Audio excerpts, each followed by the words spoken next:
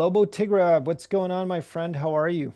Well, besides gold and silver now going through the recent roof, life is good in the tropics. Yeah, it is. And it's funny, we were talking off camera to all my viewers and listeners that I appreciate some of your memes that you're posting. One of them had it was somebody sleeping while the gold price was going up, and I took it as they're sleeping very well because they're owning gold, and it gave me a belly laugh. So whoever came with that, you or your staff, I want to just give them feedback that that was a great meme. His name is Kyle Johnson. He came up with that one. You can tell the ones I come up with because they don't get as many likes. Well, also to all my viewers and listeners, I got several comments in previous talks. Steve Yang is joining us. We are working together. So Steve will be shooting some rapid fire questions at Lobo as well. So Lobo, be ready. Our new interlocutor. Got it. Lobo, I'll be nice. Thank you. So Lobo, gold has been screaming. It's almost looking to me like a parabolic, in which makes me very happy in the sense because I have a lot of gold. I have a lot of mining stocks. Um, so yeah, that's great. That being said, I am the lightest in my portfolio. I've been really since the new year. I've took some profits beginning of the summer, and I just trimmed down some more. That does not, to all my viewers and listeners, it can keep on going up. I don't know, but I'm choosing discipline here. What are your thoughts on the current gold market, the precious metals market? Start with that, and then talk about what I just did, if that's something that you look into or thinking of doing. You're talking to the due diligence guy on Twitter. So if you want me to shoot down discipline, you're talking to the wrong guy. But first and foremost, nobody goes broke taking profits. Second, well, first and foremost, like Warren Buffett, go back to rule number one, right? No, but anytime anything pulls a hockey stick, the longer that happens, the higher the odds that there will be a correction. So it is absolutely not wrong to take some money back off the table. And by the way, if you're up 5x, you can sell half and still have 2.5x what you started with. You can have 2.5 times as much money on the table you started with and have paid yourself 2.5. You know what I'm saying? There is Mhm. absolutely nothing wrong with that. And people say, oh, he lacks conviction, gold's going to the moon. I think when people say that to me, I think, that's really great. You really want to do business with a guy who's been convicted of securities fraud? That was original Lobo. Okay, all right. Boom, boom. Yeah, I've got no convictions. I think that's a good thing. Right. But You know, no, about that, it makes me think of Briax, and not to interrupt you, but I right. was an original to all my viewers and listeners, and I didn't know if you knew this. I was an early investor in Briax, and I remember taking profit. I went from $1 to 20. I took profit, and it kept on going up, and I was killing myself. I didn't only take profit, I sold everything. And I remember just feeling bad about it. Why? I don't know why. It got 20 times my money, and then it went all the way to 100, then it crashed because of securities fraud. Um, It went even higher. yeah. Despite your profuse silver hair there, you don't look old enough to have been in Bre-X. Were you investing when you were like Warren Buffett, 11 years old or something? No, I was in my early, thank you. I was in my early 20s, and for the record, I'm 51 years old.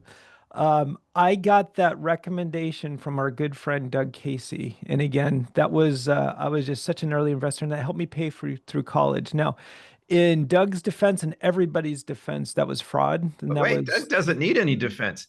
He got 100 bagger on that puppy. You got 20x. He got 100x. yeah. And I remember I wasn't there. I didn't participate as you did, but I've read the old copy. And when it was up over 100x, he said, this thing has a higher valuation as an exploration play than Freeport McMoran had at the time. It's time to start looking at this as a source of cash. So that's when he started selling. I think it was 125x, if I recall the Yep. number right. And then it actually doubled again from there almost I didn't know that. before people started jumping out of helicopters with joy. Yeah. And to all our viewers and listeners, that's literally what happened to the geologist there. But I interviewed Warren Irwin. I don't know if you know that name. He He's was the the guy. billion pounds of copper guy, right? Sorry, uranium. Uranium. Yeah, Yeah. exactly. Very well. And my interview with him was just that it was really the conversation was about that, and he wrote it up, and then he started shorting it, writing it down because he was one of the guys that exposed, if not the guy that exposed it as fraud. But anyways, why digress? Talk to me really about where are we at in the gold market here? I mean, do you see it going? Obviously, I can see a pullback, but I really don't know what to expect here. What are your expectations here? Well, expectations, hunches, a couple things. When something goes parabolic, that the odds of that correction that we talked about, they go up with that parabola. But when something is going parabolic, it makes no sense to talk about valuations or you know reasonable earnings projections or NPVs. None of that matters anymore. Just because something's overbought doesn't mean it can't go overbought. So you can't just say, oh, it's gone up, it's too expensive, therefore it must go down. On the other paw, you can't say it's got to keep going forever. And okay, Lobo, you're not helping us very much. It may go up, it may not. So what? Well, well, would you rather have me say, oh, it's going to the moon and convince you it's going to the moon, and then have you lose a bunch of money tomorrow because it goes to hell instead?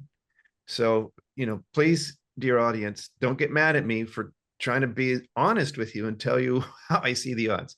So, with that caveat in place, for whatever it's worth, my gut, my wolf whiskers, as it were, I think gold just wants to take out 4,000. It's one of those round numbers that it may be irrational, it may not make any sense whatsoever.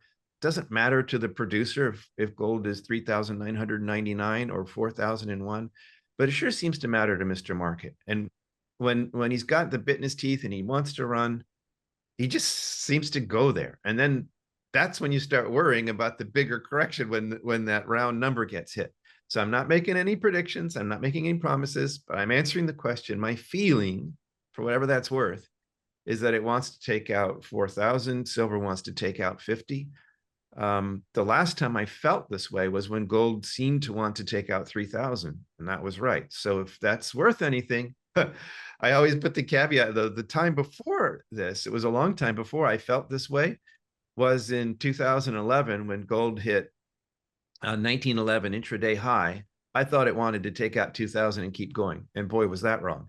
So I'm not trying to tell you I'm always right. I'm not trying to tell you I know the future. I'm answering the question. My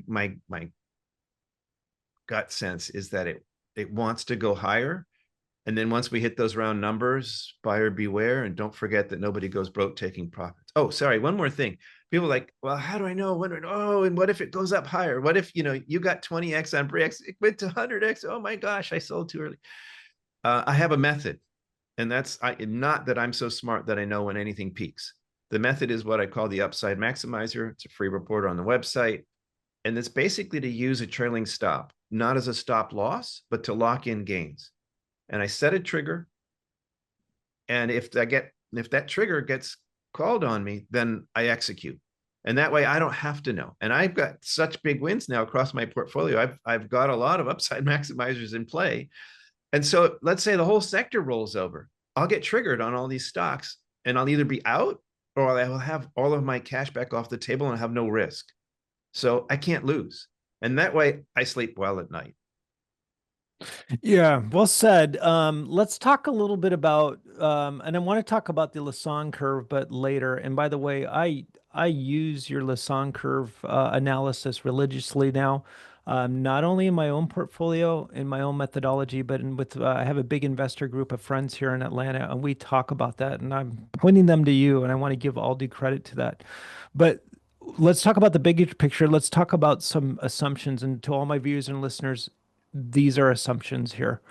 Let's say we do continue to run to 4 grand, as you say, 50